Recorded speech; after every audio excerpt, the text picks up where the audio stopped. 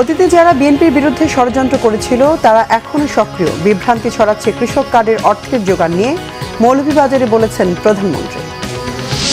চট্টগ্রামের বাকুলিয়ার শিশু ধর্ষণ মামলায় আসামি মনিরের যাবজ্জীবন, সিপিজেডে শিশু আয়াত হত্যা মামলায় আসামি আবির আলীর মৃত্যুদণ্ড। চট্টগ্রাম বন্দর ও মাতারবাড়ি এলাকায় দেশের প্রথম মুক্ত বাণিজ্য অঞ্চল প্রতিষ্ঠা করতে যাচ্ছে সরকার। অর্থনৈতিক সংক্রান্ত মন্ত্রিসভার বৈঠকের সিদ্ধান্ত। দেখছিলেন ক্রাউন সিমেন্ট সংবাদ শিরোনাম। অতীতে যারা বিএনপির বিরুদ্ধে ষড়যন্ত্র করেছিল তারা এখনো সক্রিয়, এমন মন্তব্য করেছেন প্রধানমন্ত্রী তারেক রহমান। বলেন, ফ্যামিলি কার্ড ও কৃষক কার্ডের টাকার যোগান নিয়ে অনেকে বিভ্রান্তি ছড়াতে যাচ্ছে। জানান, জনগণের টাকা দিয়ে জনগণের জন্য কাজ করা হবে। শ্রীমঙ্গল ও মৌলভীবাজারে ফ্যামিলি কার্ড বিতরণ অনুষ্ঠানে এসব কথা বলেন প্রধানমন্ত্রী। প্রধানমন্ত্রী জানান, আগামী 1 বছরের মধ্যে দেশের চা বাগানের নারী শ্রমিকদের ফ্যামিলি কার্ডের আওতায় আনা হবে। তিনি বলেন, মানুষের জীবনমান উন্নয়নই সরকারের প্রধান লক্ষ্য। সরকার প্রধান বলেন, আগামী 1 বছরে 40 লাখ কৃষকের হাতে কৃষক কার্ড পৌঁছে দেওয়া হবে এবং 5 বছরের মধ্যে সকল 50 শয্যার উপজেলা হাসপাতালগুলোকে 100 শয্যায় উন্নীত করা হবে। বাজেট প্রসঙ্গে তিনি বলেন, জনগণের কল্যাণে প্রণীত বাজেটকে যারা জনবিরোধী বলে আখ্যা দিচ্ছে তারা জনগণের প্রকৃত বন্ধু হতে পারে না। বিভ্রান্তির বিরুদ্ধে সবাইকে সচেতন ও ঐক্যবদ্ধ থাকার আহ্বান জানান তিনি। এর আগে সকালে হযরত শাহজালাল আন্তর্জাতিক বিমানবন্দর থেকে সিলেটের উদ্দেশ্যে রওনা দেন প্রধানমন্ত্রী। সিলেট পৌঁছে সেখান থেকে সড়ক পথে মৌলভীবাজার যান প্রধানমন্ত্রী।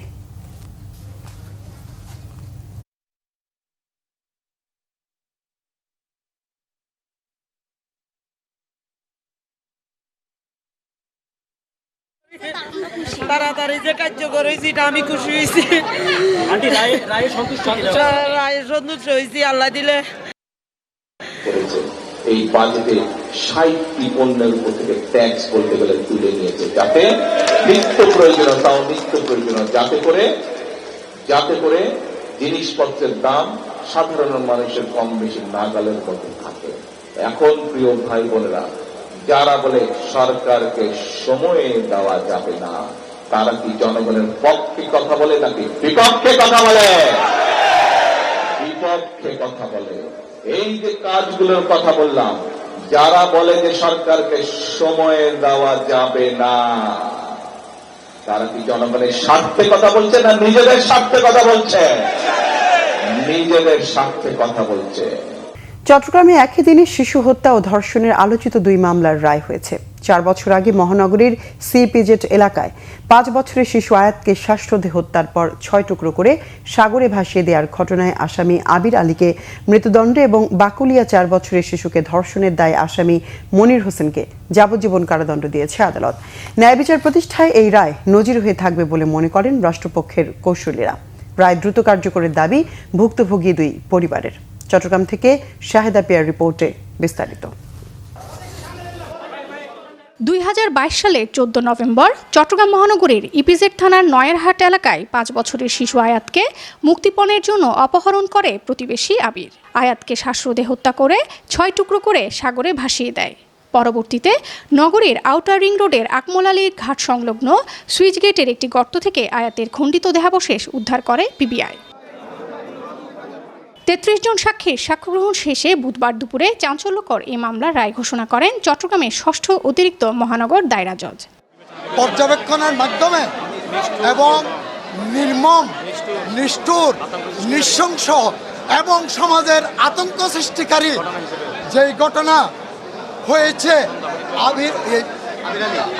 আবির আলী যে নৃশংস হত্যাকাণ্ড সংঘটিত করেছে, বিজ্ঞ আদালত এইটার পর্যবেক্ষণে সর্বোচ্চ সাজা মৃত্যুদণ্ডে দণ্ডিত করেছেন।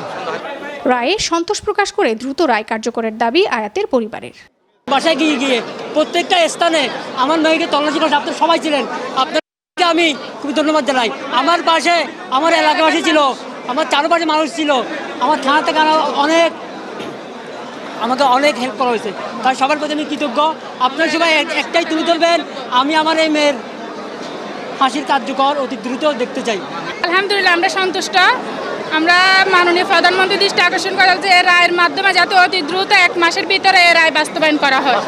একই দিন বিকেলে চট্টগ্রাম মহানগর শিশু সহিংসতা দমন ট্রাইব্যুনালে মহানগরীর বাকুলিয়ায় 4 বছরের শিশুকে ধর্ষণের মামলার রায় ঘোষণা করা হয়। কোনো ভিকটিম যদি ধর্ষিত হয় সেই ক্ষেত্রে মৃত্যুদণ্ড অথবা যাবজ্জীবন কারাদণ্ডই হচ্ছে তার জন্য সর্বোচ্চ সাজা। কিন্তু বিজ্ঞ আদালত আসামির ক্ষেত্রে কোনো পূর্বে মামলা না থাকায় সেই মানবিক বিবেচনা করে সবকিছু বিবেচনা করে তাকে যাবজ্জীবন সশ্রম কারাদণ্ড প্রদান করেছেন। ঘটনার অল্প দিনের মধ্যে চাঞ্চল্যকর এই মামলার রায় হওয়ায় সন্তোষ প্রকাশ করেছে ভুক্তভোগীর পরিবার। তাড়াতাড়ি যে কার্যকর হয়েছে এটা আমি খুশি হয়েছি। রায়ে সন্তুষ্ট হয়েছি আল্লাহ দিলে।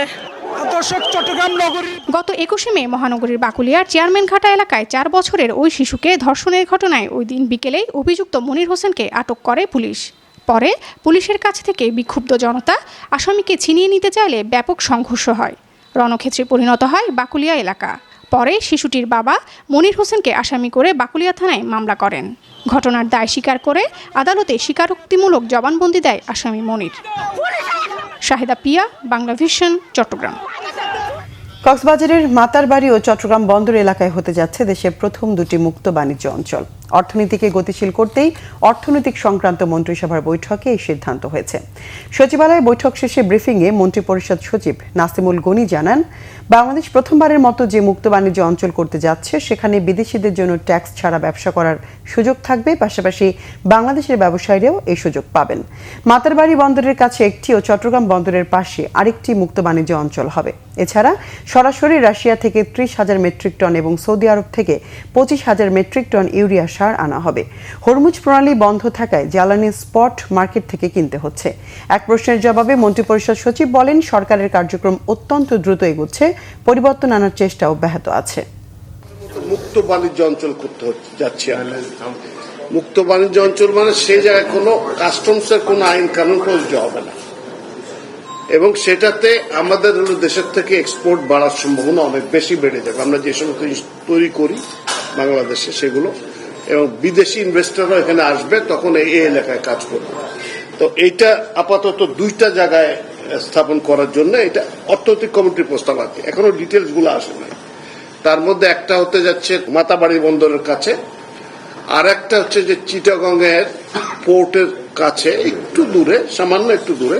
এটা করা হলো যে ইকোনমিতে গতিশীলতা আনা, কারণ ওখানে তো ট্যাক্সের ঝামেলা নাই, হিসাব হবে না, কিচ্ছু হবে না, যা উৎপাদন করবে তারা, কারণ ওখানে তৈরি হচ্ছে, বিদেশ চলে যাচ্ছে, শেষ। চালের বাজার ঊর্ধ্বগতির তথ্য সঠিক নয়, বরং চাল ও নিত্যপণ্যের বাজার স্থিতিশীল রয়েছে বলে দাবি করেছেন বাণিজ্যমন্ত্রী খন্দকার আব্দুল মুক্তাদির। তিনি বলেন, বাজেটের পর এই প্রথম বাজারে পণ্যমূল্যের ঊর্ধ্বগতি হয়নি। দুপুরে সচিবালয়ে জরুরি সংবাদ সম্মেলনে জানানো হয়, সরকারের চালের মজুদ সন্তোষজনক, সরবরাহ পরিস্থিতিও ভালো। তারপরও দাম স্থিতিশীল রাখতে প্রয়োজনে মজুদ থেকে ছাড়ার সিদ্ধান্ত নেওয়া হবে। মন্ত্রী জানান, নয়াবাজার ও বাদামতলীর চালের আড়তে দাম বৃদ্ধির প্রমাণ পাওয়া যায়নি। এ সময় খাদ্য প্রতিমন্ত্রী জানান, বর্তমানে দেশে 20 লাখ টন চাল ও গম রয়েছে। বাজার পরিস্থিতি যথেষ্ট, মূল্য পরিস্থিতি যথেষ্ট স্থিতিশীল, সরবরাহ পরিস্থিতি যথেষ্ট সন্তোষজনক। আমাদের হাতে, সরকারের হাতে বিপুল পরিমাণ চাল মজুদ আছে। যদি কখনো প্রয়োজন পড়ে আমাদের ইন্টারভেনশন করার সেই সঙ্গতি সামর্থ্য সরকারের হাতে আছে। তবে এই মুহূর্তে পরিস্থিতি সেরকম কোনো দাবি করছে না। মনে হয় বাংলাদেশের ইতিহাসে খুব কমবারই এই ঘটনা ঘটেছে যে একটা বাজেট ঘোষণার পরে সেটির কোনো তাৎক্ষণিক প্রতিক্রিয়া বাজার মূল্যের উপর নাই। এদিকে ভরা মৌসুমেও দিনাজপুরের হিলিতে বেড়েছে সব ধরনের চালের দাম। মানভেদে কেজিতে বেড়েছে 7 থেকে 14 টাকা পর্যন্ত। এতে বিপাকে পড়েছেন নিম্ন আয়ের মানুষ। বাজার মনিটরিং এর দাবি সাধারণ মানুষের। ভারতীয় চালের সরবরাহ বন্ধ থাকায় দামের এই ঊর্ধ্বগতি বলে জানিয়েছেন আমদানিকারক ও ব্যবসায়ীরা। কুদ্দুস আলী খানের রিপোর্ট, জানাচ্ছেন সিরাজুম মনির শুভ। দেশে এখনো চলছে বোরোর ভরা মৌসুম, এর মধ্যেই অস্থির হিলির চাল বাজার। ভারতীয় চালের সরবরাহ সংকট দেখিয়ে এক লাফে চিকন জাতের শম্পা কাটারি চালের দাম কেজিতে বেড়েছে 13 থেকে 14 টাকা, আর দেশীয় চিকন জাতের শম্পা কাটারি ও মিনিকেট কেজিতে 6 থেকে 7 টাকা দাম বেড়ে বিক্রি হচ্ছে 66 টাকায়। দামের এই ঊর্ধ্বগতি ঠেকাতে বাজার মনিটরিংয়ের দাবি জানিয়েছেন নিম্ন আয়ের মানুষ। চালের দাম কম ছিল কয়েকদিন আগে, এখন আমার চালের দাম বাড়ছে, এতে আমাদের একটু কষ্টই হচ্ছে। খাটে খাওয়া মানুষের সমস্যা, মজুরির দাম কম, চালের দাম বেশি। পাইকারি ব্যবসায়ীরা বলছেন, ভারতীয় চাল সরবরাহ কম থাকায় এই পরিস্থিতি। আমদানি না হওয়ার কারণেই চালের দাম একটু বেশি চাহিদা থাকার কারণে আমাদের এই মৌসুমে যে ধানগুলো ওঠে মিনিকেট 28 জিরা মিনিকেট এগুলো মোটামুটি নতুন অবস্থায় একটু কম ছিল, আর এই বেশ কিছুদিন থেকে একটু বাজার বেশি। আমদানিকারকরা জানিয়েছেন গুদামগুলোতে ভারতীয় চালের মজুদ শেষ, চাহিদার তুলনায় বাজারে ভারতীয় চালের সরবরাহ কম। যদি আমদানির অনুমতি দেয়া হয় তাহলে দামে ভারসাম্য আসবে। হাওরে বিশেষ করে ধান তুলতে পারেনি, এমন দেখা গেছে যে বর্ষার কারণে অতিবৃষ্টির কারণে ধানই তুলতে পারে না। সেক্ষেত্রে দেখা গেছে যে বাংলাদেশের চাউলের যেখানে ভরা মাছের দাম কম হওয়ার কথা, কিন্তু বাজারে যায় আমরা দেখতেছি যে স্বর্ণার চাউল 55 টাকা কেজি। এদিকে বাজার মনিটরিংয়ের মাধ্যমে বাজারে চালসহ নিত্যপণ্যের দাম নিয়ন্ত্রণে রাখা হবে বলে জানিয়েছে উপজেলা প্রশাসন। সিরাজুম মুনির শুভ, বাংলা ভিশন, নিউজ ডেস্ক। জনগণকে ভুল তথ্য ও অপতথ্য থেকে সুরক্ষায় একটি স্বাধীন গণমাধ্যম কমিশন গঠনে কাজ করছে সরকার, জানিয়েছেন তথ্য সম্প্রচার মন্ত্রী জহিরুদ্দিন স্বপন। তিনি জানান, এই খাতের অংশীজনদের নিয়ে একটি খসড়া প্রণয়ন কমিটি গঠন করা হবে। তাদের তৈরি অ্যাকশন প্ল্যানের উপর ভিত্তি করে গণমাধ্যম কমিশন গঠন হবে। সচিবালয়ে তথ্য ও সম্প্রচার মন্ত্রীর সাথে ইউরোপীয় ইউনিয়নের রাষ্ট্রদূত মাইকেল মিলারের সৌজন্য সাক্ষাৎ শেষে এসব কথা বলেন তিনি। মন্ত্রী জানান, সরকার গণমাধ্যমের স্বাধীনতা রক্ষায় বদ্ধপরিকর। সৌজন্য সাক্ষাতে মাইকেল মিলার জানান, গণমাধ্যমের স্বাধীনতা নিশ্চিতে ইউরোপীয় ইউনিয়নের অভিজ্ঞতা কাজে লাগাতে পারে বাংলাদেশ। স্বাধীন গণমাধ্যম কমিশন গঠনের উদ্যোগের প্রশংসাও করেন তিনি। সামাজিক যোগাযোগ মাধ্যমে নিজের আবেগঘন ও দরদি কণ্ঠে গান গেয়ে ভাইরাল হওয়া ফরিদপুরের লোকশিল্পী লাইলি বাউলকে 3 লাখ টাকার আর্থিক সহায়তা দিয়েছেন সংস্কৃতি মন্ত্রী নিতাই রায়চৌধুরী। বুধবার সচিবালয়ে আনুষ্ঠানিকভাবে লাইলির হাতে চেক তুলে দেওয়া হয়। সংস্কৃতি মন্ত্রী বলেন, লাইলি বাউলের গানের প্রতিভা ছড়িয়ে দিতে শিল্পকলা একাডেমির সাথে সম্পৃক্ত করা হবে। সরকার তার গানের স্বীকৃতি দেবে বলেও আশ্বাস দেন মন্ত্রী। এ সময় লাইলি বাউল জানান, ছোটবেলা থেকেই গান গাওয়ার প্রতি আগ্রহ থাকলেও সুযোগের অভাবে তা হয়নি। দেশের বড় বড় অনুষ্ঠানে গান গাওয়ার সুযোগ চান তিনি। ফরিদপুর আমাদের শিল্পকলা ইনস্টিটিউট আছে, ওখানেও আমরা বলে দেব, এবং এখানেও আমরা জাতীয় পর্যায়ে ওনাকে মানে যতটা সহযোগিতা করা দরকার ধারাবাহিকভাবে এটা আমরা করব। আর মানে ওনার গান এখনও খুব বেশি বয়স হয় নাই, এখনও কণ্ঠ ঠিক আছে। তো ওনার গান যদি আমরা মানে মূল্যায়ন করে যদি করা যায়, তাহলে এটা একটা সম্পদ, একটা স্বীকৃতি আমরা দিতে চাই। পথে ওনার গান আছে, আমার নিজের ডাটা আমার নিজের স্বার্থ দেখলে হবে না, এরকম মন অনেক প্রতিভা পড়ে রয়েছে, এগুলি এনে জানি তুলে একটু ধরে, তাহলে জীবনের কিছু ভালো। বিশ্বকাপে নিজেদের প্রথম ম্যাচে মেসির হ্যাটট্রিকে আলজেরিয়ার বিপক্ষে জয় তুলে নিল আর্জেন্টিনা। দর্শকদের উল্লাসে উৎসব মুখর ছিল ঢাকা বিশ্ববিদ্যালয়ের টিএসসি। এছাড়া রাজধানীর বিভিন্ন স্থানে বড় পর্দায় খেলা উপভোগ করেছে আর্জেন্টাইন সমর্থকরা। আরিফিন শাওনের রিপোর্ট। বিশ্বকাপ ফুটবল শুরুর পঞ্চম দিনে এসে প্রথমবারের মতো মাঠে নামে আর্জেন্টিনা। প্রিয় দলের খেলা উপভোগ করতে আসেন অসংখ্য সমর্থকরা। ঢাকা বিশ্ববিদ্যালয়ের টিএসসি ও হাজী মোহাম্মদ মহসিন হলের মাঠে বড় পর্দায় খেলা উপভোগ করেন তারা। স্কুল বাং দিয়ে খেলা দেখতে আসি সার্থক। এটা আমরা আগে থেকেই জানি, এটা আমাদের প্রত্যাশিত জয়। অন্যান্য টিম ড্র করে, আর আমাদের মেসি এক টিম আর্জেন্টিনা 3টা গোল দিয়েছে, 3টাই মেসি। ব্রাজিল আর্জেন্টিনার 2টা খেলা উপভোগ করি, আর্জেন্টিনা জিতুক ব্রাজিল জিতুক, দুজন ফাইনাল গেলুক, আমরা আরো আনন্দ করি, মজা করি। বুধবার সকাল থেকে নির্ধারিত স্থানে দলের জার্সি পরে জড়ো হতে থাকে সাপোর্টাররা। অনেকে দাঁড়ানোর জায়গা না পেয়ে উঠেন গাছের মগডালে, আবার অনেকে উঠেছেন বিভিন্ন দেয়ালে। প্রিয় দলের খেলা উপভোগ করতে কোনো বাধাই যেন দমাতে পারেনি তাদের। অনেক বেশি খুশি, অনেক প্রত্যাশা নিয়ে আসছি যে আর্জেন্টিনা জিতবে। না ঘুমে আসছি তো অবশ্যই তো আমাদের রাত জায়গাটা সফল হয়েছে। আর্জেন্টিনা প্রত্যেকটা প্লেয়ার কিভাবে মেসিকে পাস করে দিয়েছে, ফিনিশিংটা ম্যাটার করে, কে গোল করছে তা ম্যাটার না। আবারও বিশ্বকাপ জয়ের স্বপ্ন দেখছেন সমর্থকরা। আলজেরিয়া অনেক স্ট্রং একটা টিম, যেহেতু 5-6 ম্যাচ ধরে আনবিটেন নেদারল্যান্ডস হারে আসছে, একেবারে গ্র্যান্টেড নিচ্ছিলাম না, বাট আশা ছিল যে জিত মেসি ইনশাআল্লাহ বিশ্বকাপ এবারও নিব, 26 বিশ্বকাপ এবারও নিব ইনশাআল্লাহ। কাঙ্ক্ষিত জয় নিয়ে মাঠ ছেড়েছেন আর্জেন্টিনা দল, আর এদিকে সমর্থকরা বলছে এই জয় প্রত্যাশিতই ছিল তাদের কাছে। ঢাকা বিশ্ববিদ্যালয়, বাংলা ভিশন, ঢাকা। পরিবার কল্যাণ মন্ত্রী সরদার মোহাম্মদ শওকত হোসেন বলেছেন, বিগত সরকারের সময় সীমাহীন অনিয়ম, দুর্নীতিতে ভেঙে পড়া স্বাস্থ্য খাতের সেবার মান বাড়াতে শৃঙ্খলা, স্বচ্ছতা ও জবাবদিহিতা নিশ্চিতে কাজ করছে সরকার। সকালে কুষ্টিয়া জেনারেল হাসপাতাল পরিদর্শন শেষে ব্রিফিংয়ে মন্ত্রী এসব কথা বলেন। মন্ত্রী বলেন, সরকার জনগণের কল্যাণের কথা চিন্তা করে নতুন হাসপাতাল স্থাপন, যন্ত্রপাতি ক্রয় ও লোকবল নিয়োগ করে স্বাস্থ্য খাতে গতি আনছে। কুষ্টিয়া জেনারেল হাসপাতাল পরিদর্শনে ছোটখাটো কিছু ত্রুটি পাওয়া গেছে জানিয়ে তিনি বলেন, এগুলো ঠিক করার নির্দেশ দেওয়া হয়েছে। সিভিল সার্জন অফিসে নিয়োগে অনিয়ম ও ফলাফল স্থগিতের বিষয়ে জানতে চাইলে তিনি বলেন, দেশের অনেক জেলায় অনিয়ম হয়েছে, সেগুলো বাতিল করে নতুন করে পরীক্ষা নেওয়া হবে। প্রধানমন্ত্রী আগামী 3 মাসের মধ্যে কুষ্টিয়া মেডিকেল কলেজ পুরোপুরি চালু করার নির্দেশ দিয়েছেন বলে জানিয়েছেন স্বাস্থ্যমন্ত্রী। 24 ঘন্টার ভিতরে আমি ড্রেন পরিষ্কার করাবো, যাতে পানির কোনো ব্লক হয়ে না থাকে, যাতে ময়লা না থাকে। বাংলাদেশের জেলা সদর ব্যতীত বিগত 17 বছরে 8টা 50 শয্যা বিশিষ্ট হাসপাতালকে 100 শয্যা করা হয়েছে, অনলি 8। আমাদের মাননীয় প্রধানমন্ত্রী জনসংখ্যার আধিক্য হেতু রোগী বৃদ্ধি পেয়েছে বলে আমরা প্রত্যেকটা হাসপাতালকে 362টা হাসপাতালকে আমরা 31 এবং 50 থেকে 101 শয্যায় রূপান্তরিত করতে যাচ্ছি এবং সেই মর্মে কাজ শুরু হয়েছে। স্বপ্নের বাজেট দিয়েছে বিএনপি সরকার, স্বপ্নের পথ ধরেই এগিয়ে যাচ্ছে সরকার, তাই সেটা উচ্চাভিলাষী হবেই বলেছেন আইন বিচার ও সংসদ বিষয়ক মন্ত্রী মোহাম্মদ আসাদুজ্জামান।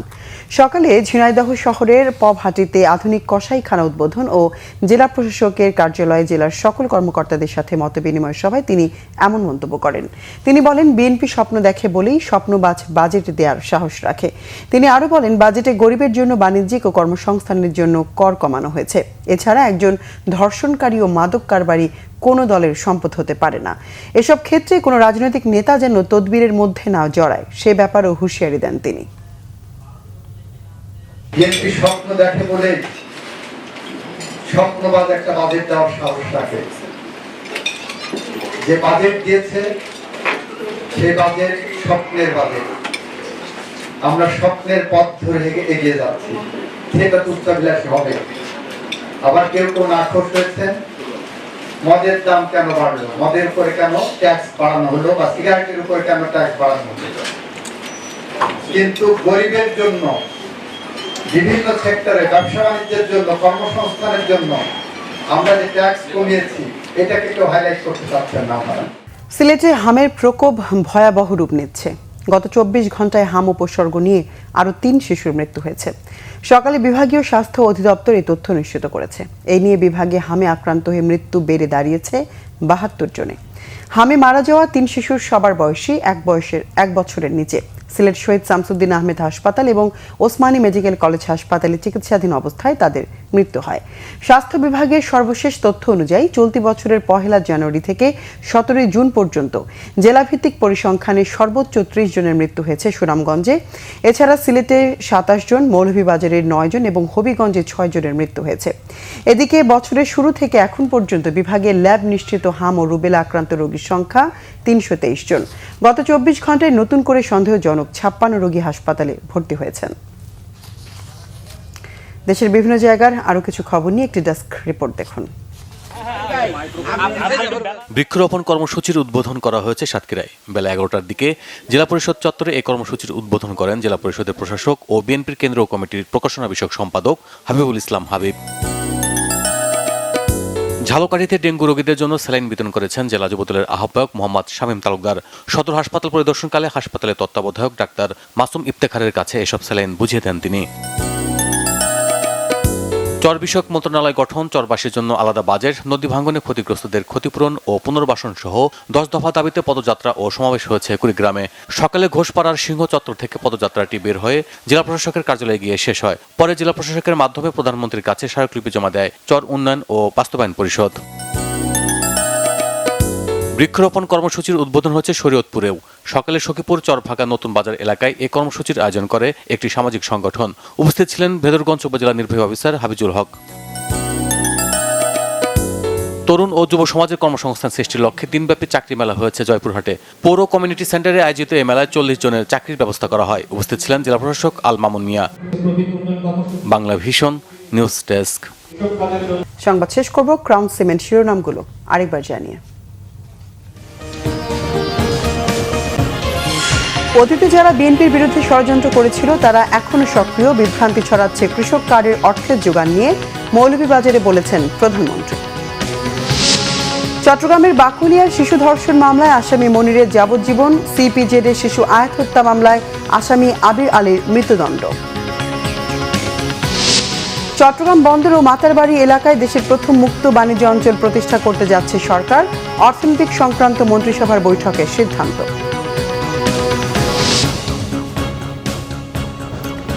দর্শক, এ ছিল এখনকার মতো। পরের সংবাদ সন্ধ্যা 7:30টায় দেখার আমন্ত্রণ রইল। এছাড়া বাংলাভিশন সংবাদ ও সংবাদ সংশ্লিষ্ট অনুষ্ঠান দেখতে ভিজিট করুন www.bvnews24.com ও facebook.com/banglavisionnews এবং সাবস্ক্রাইব করুন youtube.com/banglavisionnews। এতক্ষণ সঙ্গে থাকায় ধন্যবাদ সবাই।